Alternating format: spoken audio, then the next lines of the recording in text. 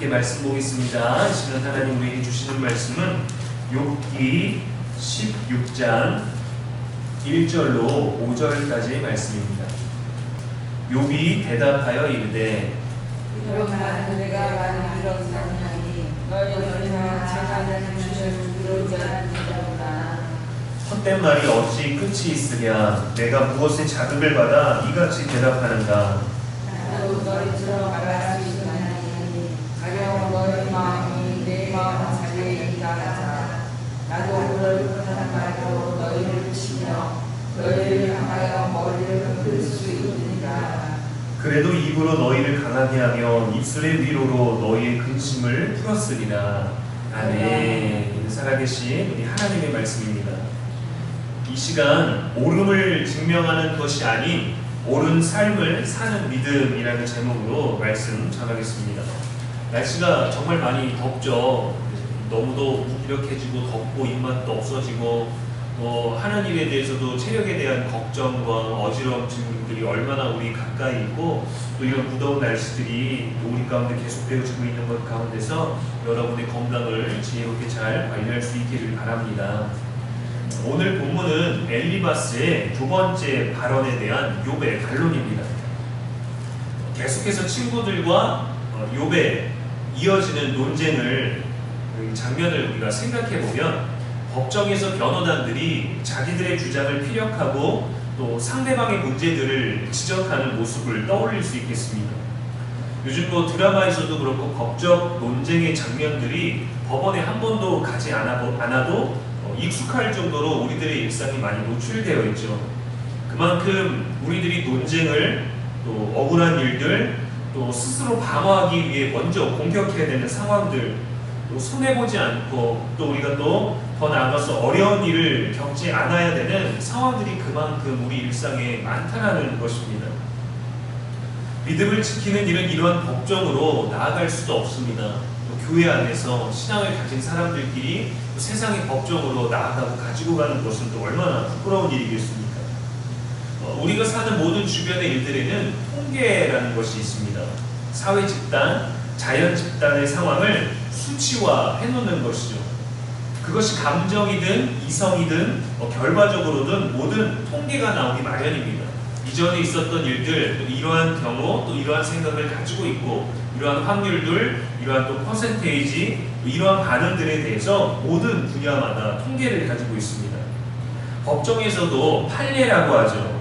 특정 상황에 법을 적용하고 해석을 통해 내린 결론이 그 다음에 비슷한 케이스가 됐을 때에는 모범 답안과 같은 것으로 작용이 됩니다. 무언가는 늘 그렇게 된다라는 암묵적인 흐름이 만들어지는 거예요. 이렇게 하더라, 일상적으로 이렇다더라, 대부분 이렇게 되더라, 다 그런 건 아니겠느냐라는 식으로 그 흐름이, 그 길목이 만들어지는 겁니다. 예수님은 사람의 전통도 귀하지만 그러나 하늘의 방식을 우리들에게 알려주셨죠. 사도 바울도 골로새서에서 이렇게 권면하였습니다. 2장 6절에서 8절 말씀에 그러므로 너희가 그리스도 예수를 주로 받았으니 그 안에서 행하되 그 안에 뿌리를 박으며 세움을 받아 교훈을 받은 대로 믿음에 굳게 서서 감사함을 넘치게 하라. 누가 철학과 헛된 속임수에 너희를 사로잡을까 주의하라. 이것은 사람의 전통과 세상의 초등학문을 따름이요 그리스도를 따름이 아니니라.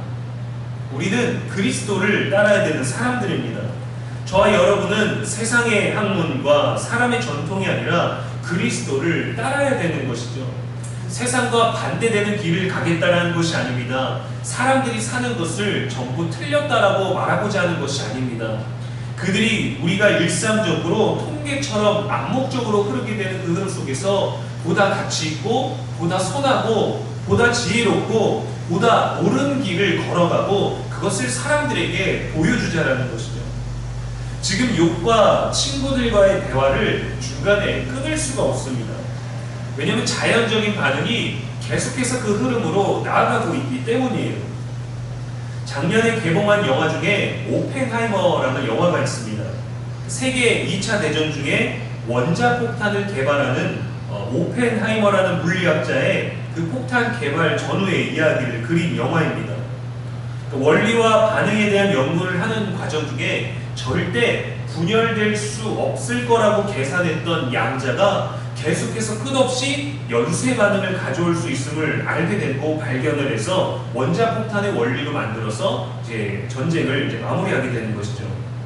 연쇄 반응이란 화학적 반응의 결과로 생겨버린 에너지가 주변의 다른 대상에게도 반응을 계속적으로 촉진하는 거예요.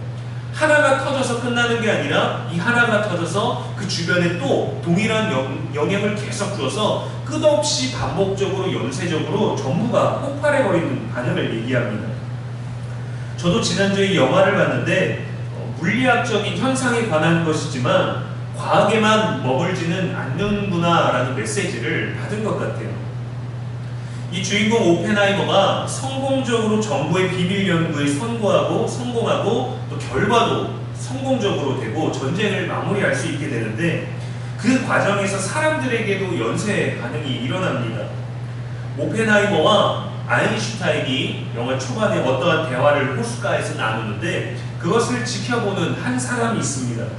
멀리 떨어져 있는 그 두 사람의 대화를 잘 모르고 묻지도 않았는데 스스로 생각을 한 거예요. 나를 욕하고 있구나. 나에 대해서 부정적인 대화를 나누고 있구나. 나를 모함하고 있구나 라고 스스로 생각합니다. 그리고 그 이후로 그 사람을 싫어하게 되죠.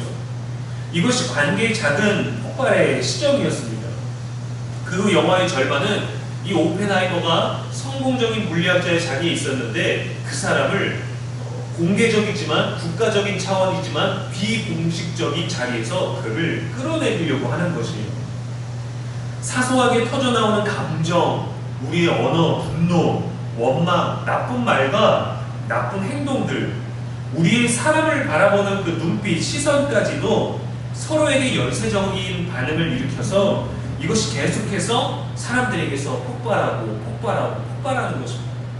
처음에는 작은 폭발로 시작되지만 모든 주변의 것들이 폭발하고 나서는 이것이 하나의 엄청난 파멸의 폭탄이 되는 것이죠. 영화 초반에도 보면은 이 지구 모습을, 우주에서 촬영한 지구의 모습을 보여주는데 처음에는 한 곳에서 불빛이 납니다. 폭발이 일어나는 거죠.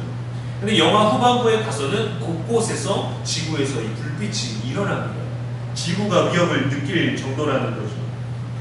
결국 인간의 이기심, 욕심과 불만, 공격, 분노라는 것은 모든 사람에게 연쇄적으로 영향을 주게 되는 것입니다. 총을 쏘고 화살을 쏴야만 누군가를 다치게 하는 것이 아니라 말, 행동, 눈빛, 반응, 대처, 얼마든지 상대방에게 모욕을 주고 상처를 주고 오해를 줄 수 있는 것이죠. 때로는 우리가 그 폭발의 시발점이 되기도 합니다. 그 누구도 내게 뭐라 하지 않았는데 나 혼자만의 상상으로, 나 혼자만의 해석으로 나로부터 그것이 시작돼서 다른 사람을 대하는 방법, 눈빛, 행동, 시선이 달라지면 또 다른 사람이 그것에 대한 반응이 있죠. 우리는 이것을 지혜롭게 대화로, 솔직함으로, 용기로 풀어낼 수 있는데 그렇게 하기보다는 우리는 우리가 느낀 대로 행동하는 것에 익숙해져 버린 것 같습니다. 그것이 옳다, 내 감정이 옳다라는 것을 증명하기 위해서 그에 합당한 행동을 하려고 하죠. 결국 원자폭탄과 같이 엄청난 폭발을 가져올 수 있게 되는 것입니다. 우리는 어떻게 이것을, 이 연쇄적인 폭발을 막을 수 있을까요? 천재적인 물리학자 오펜하이머도 막지 못했습니다. 미국의 병사들을 살리기 위해서 만든 폭탄으로 2차 대전에 종식을 선언할 수 있었어요. 전쟁을 승리로 이끌었습니다. 그 나라의 아들들이, 전장에서 죽을 수 있는 아들들이 돌아왔습니다. 그러나 반대로 그들을 살리기 위해서 무고한 사람들까지 포함하여 더 많은 사람들을 죽여야만 했습니다. 욥의 친구들도 그렇지 않나요?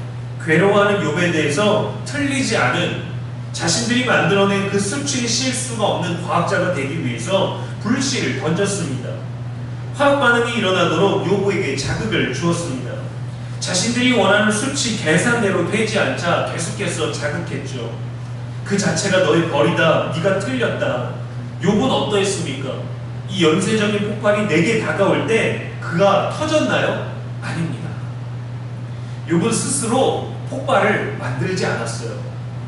또한 욥에게 전달되어지고 있는 친구들로부터 자극이 되어지고 있고 불씨가 연결되고 있는 이 폭발을 이어가지도 않았습니다. 연쇄 반응을 멈췄어요. 계속해서 친구들은 욥을 공격하지만 그는 옳은 일을 위해, 옳은 방법을 위해 애썼습니다.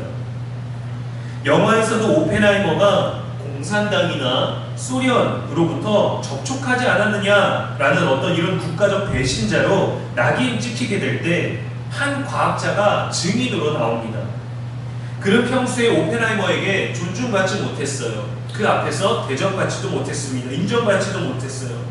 평소에 자신을 대하는 행동을 생각하면 기분이 나빠서 가장 큰 복수를 할 수 있을 만한 인물이라고 짐작이 될 만큼 영화에서는 우리들에게 뉘앙스를 줍니다.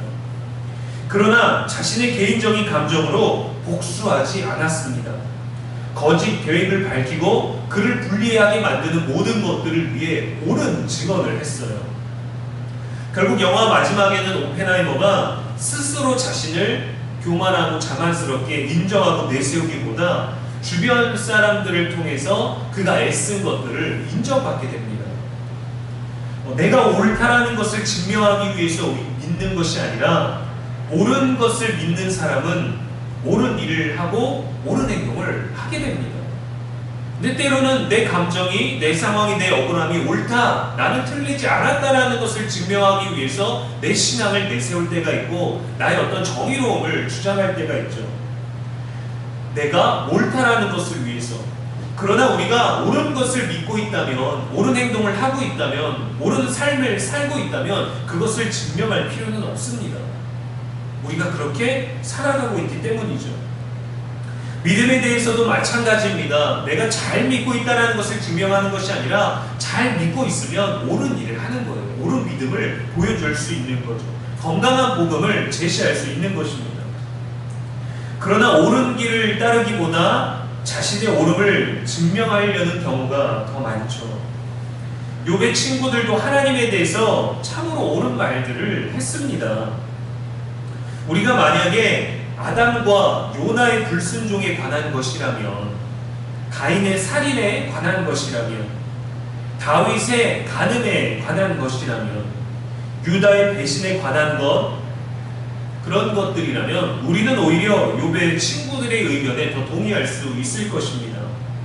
왜냐하면 그들의 분명한 죄를 우리는 알고 있기 때문이죠. 그리고 그에 대한 벌이 반드시 필요해 보이기 때문입니다.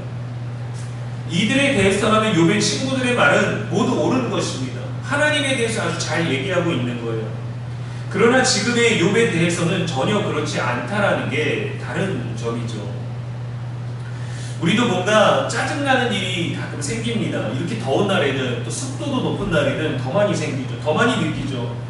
화나는 일이 생깁니다. 저도 지난주에 첫째 때문에 화가 났어요. 일주일 방학하고 나서 일주일 동안 하루 종일 하루 세 끼를 같이 지내면서 있다 보니까 평소에 참 예쁘고 말을 잘 들었는데 지난 한 주간에는 이상하게 자꾸 말을 안 듣더라고요. 계속해서 말을 듣지 않고 또 밥도 잘 먹지 않고 자꾸 이제 거칠게 들고 하루 종일 집에 있다 보니까 아이들은 또 얼마나 답답하겠어요. 에어컨도 또 하루 종일 틀어놓을 수도 없으니까 또 카페에도 가고 또 이렇게 저렇게 하루 종일을 아이 둘을 보면서 보내다 보니까 아이들도 지쳤는지 너무 자유로운 행동들을 하는 거예요. 그러다가 밥을 몇 번을 너무 오래 먹었는데 어느 날은 밥을 먹는데 1시간, 2시간이 다 되도록 조금밖에 안 먹다는 밥을 먹고 있는 거예요.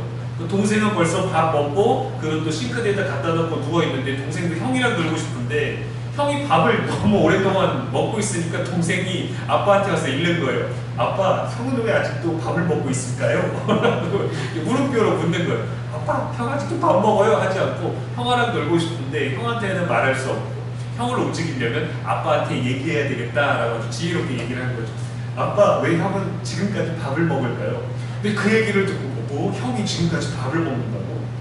아이들은 식탁에서 밥을 먹고 있고 저는 이제 안에서 이제 설교 준비를 하고 있었는데 한 2시간 남짓 공부를 하고 있었는데 아이가 아직도 밥을 먹는다는 얘기를 듣고 갑자기 화가 난 거예요. 며칠째, 몇 끼째 지금 1시간을 넘게 지금 밥을 먹고 있는 게 너무 답답했어요. 평소에는 절제력이 아직 없는 둘째가 밥을 더 오래 먹었는데 이게 오히려 첫째가 또 동생보다 못하게 하는 행동들이 이게 자극이 돼갖고 제가 터져버렸습니다. 그래서 매일 지적당한 것들, 또 매일 실수했던 것들, 반복적인 것들에 대해서 화가 나서 아이를 혼냈어요. 근데 이게 연쇄 반응이 됐는데 제 안에서 제 스스로 제가 시발점이 돼서 제가 터졌고, 이게 주변을 터뜨리진 않았지만 제 안에서 묵혀있던 것들이 다 터져버렸습니다. 아이가 하는 행동에 지금의 것이 아니라 지금의 행동을 지적하면서 이게 화가 나갖고 어제 아침에 이전에 그 전날에 전전날의 모든 행동들을 다 지적하게 된 거예요. 아이의 행동이 문제다라고 아버지로서 훈계를 하긴 했지만 감정적인 것들이 폭발을 했습니다. 그것이 첫째를 향해서 폭발이 되었고, 첫째가 혼나는 것 때문에 둘째도 같이 혼나게 되었고, 최근에 모든 장면들을 지적하게 됐어요. 외부도 아니고 제 안에서 연쇄적으로 터졌습니다. 지금 드리는 말씀은 한 사람으로 인해서 다른 사람에게 터져가는 것들인데, 또 우리가 주의해야 될 것이 내부에서 터지는 것들이죠. 하나의 감정에서 터졌는데 과거의 모든 일들에까지 터지게 되는, 제가 제일 싫어하는 것들, 옛날 일들 꺼내고 지난 일들 반복하는 것들 정말 싫어하는데 제가 그렇게 돼버린 거예요. 좀 시간이 지나고 나서 진정이 좀 됐습니다. 그리고 나서 모든 게 미안함과 후회가 되어버린 거예요. 돌이킬 수가 없는 거예요. 아이를 바라보면서 밥그릇을 들고 멀뚱멀뚱 울지도 못하고 겁먹고 서 있는 아이를 보면서 그렇게 옳은 말대로 목소리를 높여서 나는 이것이 옳다, 내가 아버지로서 혼내는 것이 옳다, 네가 잘못한 것이 맞다 라는 얘기를 그렇게 혼내고, 그리고 돌아서서 다시 돌아왔어, 너 말이야 하고 또 혼내고, 아이가 겁먹은 표정을 봤는데도 불구하고 계속해서 그 감정을 끄집어냈어요. 진정이 되자 후회가 되는 거죠. 근데 어떤 자존심이었는지, 어떤 교만함이었는지 아이에게 가서 아빠가 소리를 높여서 미안하다는 말을 그때는 하지 않았어요. 못하겠는 거예요. 너무 미안해서. 그냥 그 다음날 너무도 자연스럽게 아이와 함께 시간을 보냈습니다. 둘째 어린이집 보내버리고 첫째랑 데이트를 하면서 시간을 보냈어요. 아이가 혹시 무서워하진 않았을까? 그런 마음들이 남아있는데 말을 못하는 거예요. 아빠가 어제 미안했어, 아빠가 어제 소리 질러서 미안했어. 그러다가 또 그래서 네가 잘못해서 혼낸 거야 라는 말로 또 이어질 것 같아서 말을 하지 않았습니다. 그리고 바로 아내한테 연락을 했어요. 카톡을 보냈습니다. 이런 일이 있어서 가보를 혼냈다, 진우도 혼났다, 마음이 아프다, 내가 왜 그랬을까. 아내는 이제 모든 상황들에 대해서 어느 편을 들지 않고 그냥 그랬구나 속상했구나, 가모도 그랬구나, 왜 그랬을까 가모가 하면서 마무리가 되었지만 끝내 아이에게 미안하다는 말을 3일이 지났는데도 하지를 못했어요. 미안함을 느끼고 있는데 미안함을 말하지 못했다고, 말하지 않았습니다. 그냥 아이가 좋아할 수 있는 어떤 다른 것으로 저의 미안함을 승화시키고 싶었던 그런 마음이었겠죠.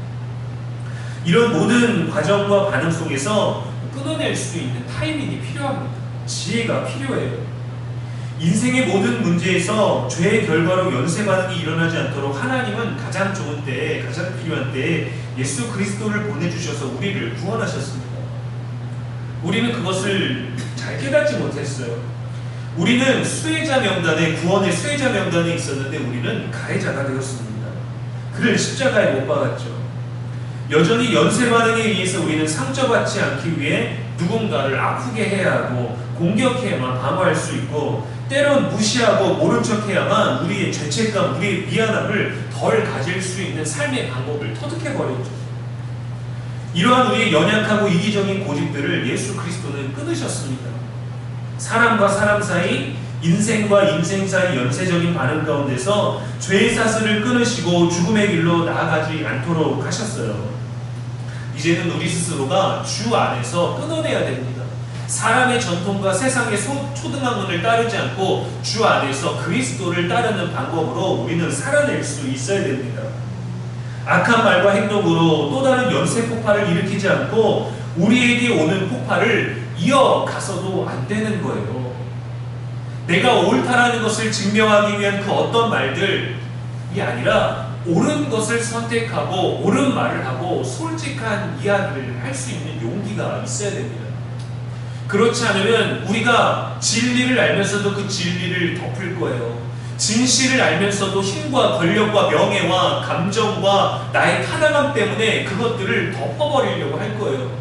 나는 아니까 괜찮아. 이렇게 됐지만 나는 아니까 괜찮아가 아니라 이것이 나는 알지만 이것을 모르는 사람들을 통해서 그것이 마치 진리인 양 보도되고 기사화되고 공론화되는 일들이 얼마나 많습니까? 우리의 일일 때는 그 억울함을 견디지 못하지만 남의 일일 때는 어쩔 수 없지, 그럴 수도 있지라고 그나마 나는 옳다라는 것을 증명하는, 나는 바른 삶, 나는 선한 삶을 살고 있다는 것을 우리는 한편으로 나를 증명하기 위해 다른 옳은 것을 인정하지 못할 때도 있죠. 우리가 끊어내야 되는 거예요. 펑펑 터지는 액션 영화들을 보면 시한폭탄이 터지기 전에 1초, 2초 남겨놨을 때 가서 그것을 멈추지 않습니까? 폭탄의 심지가 점점 불부터 갈 때 한 뼘도 남지 않은 그 순간 그것을 끊어내서 폭발을 막지 않습니까? 그것을 영웅처럼 하지만 사실은 피해를 보지 않는 것이죠.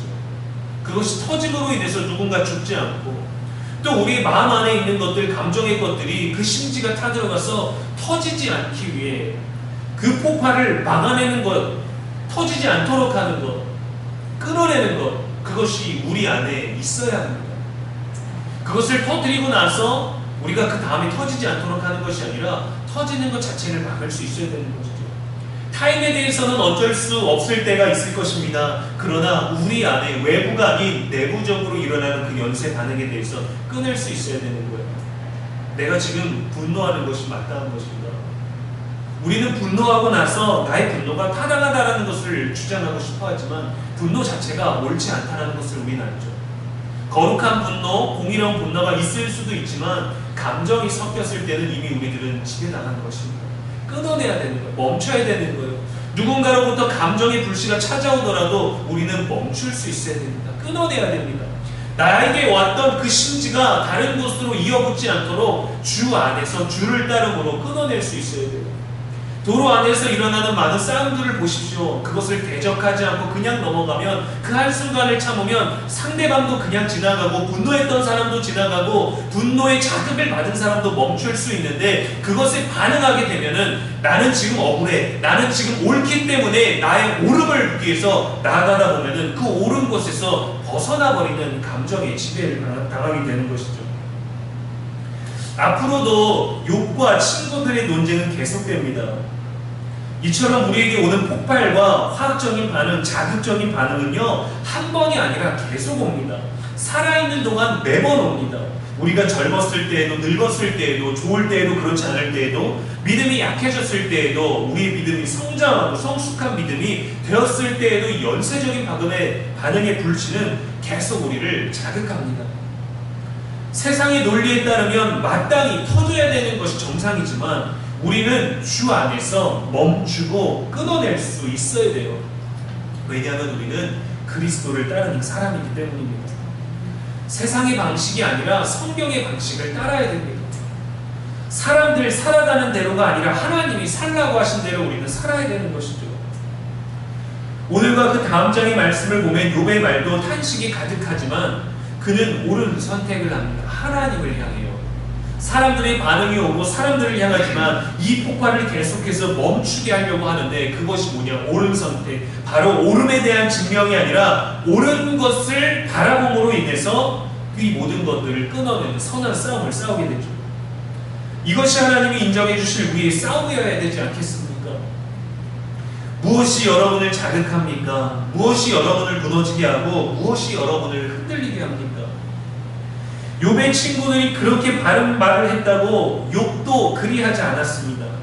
4절 말씀에서 보면은 그는 나도 너희들처럼 말할 수 있다라고 합니다. 나도 너희들처럼 할 수 있지만 나는 그렇게 하지 않는다. 너희들이 나를 자극했지만 나는 그 자극을 받지 않는다. 너희들 참도 그렇게 말했지만 나는 그렇게 말할 수 있어도 하지 않겠다. 욥은 끊어낸 거예요. 욥은 멈춘 거예요. 그리고 그는 하나님을 향했습니다. 다 알지 못하지만 옳은 선택을 한 거죠. 옳은 행동을 한 거죠. 사람의 흐름을 이어가지 않고 하나님을 향했어요. 영적 흐름으로 나아갔습니다. 우리의 옳음이 아니라 하나님만이 옳으시다라는 것을 인정하고 믿어야 합니다. 그리스도를 따르는 삶이 되어야 되죠. 우리에게 오는 감정과 육적인 연쇄 반응을 이어가서는 안 됩니다. 끊어내야 돼요. 우리에게서 멈춰지게 해야 됩니다. 제가 아이들에 대해서 그렇게 짜증을 내고 화를 냈을 때 저는 사실 밥을 오래 먹은 2시간 되도록 먹었던 그 하나만을 생각했거든요. 그 하나에 대한 자극을 받았거든요. 그런데 왜 아침에 일, 오전에 일, 그 전날의 일, 전전날의 일 생각나는 것들을 다 해서 너는 지금 혼나기 마땅해, 너는 혼나야 돼라는 그 명분들을 다 끌어왔는데 아이는 그것을 기억하지 못합니다. 지금 하나만 해도 무서운데 모든 것 내가 틀렸다라는 생각을 했을 때 얼마나 두려웠을까요? 그 두려움을 심어준 사람이 두려움으로부터 건져내줘야 되는 아빠로부터 왔을 때 얼마나 겁이 났을까요? 얼마나 눈치를 받겠습니까? 평소에 아빠가 안아주고 위로해주고 미안하다 하고 오히려 아빠가 힘들 때 아빠를 위로해줬던 아이였는데 그 아이에게서 아빠의 감정을 공유되지도 못한 채 갑자기 오늘은 잘해주는 그 아빠를 보면서 아이는 얼마나 혼란스러웠을까요? 제 안에서 연쇄적으로 터져버린 것이지만 결국 그것이 아이에게도 터지게 되는 겁니다. 다른 것으로 터지게 된 거죠.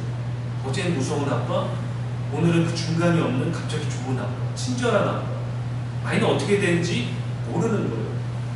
왜 지난 그날은 아이에게 그러고 미안하다는 말을 왜 안 했을까? 아이에게 그냥 잊혀지게 되는 것을 원했던 걸까요? 우리는 이것을 우리 안에서 끊어내야 됩니다.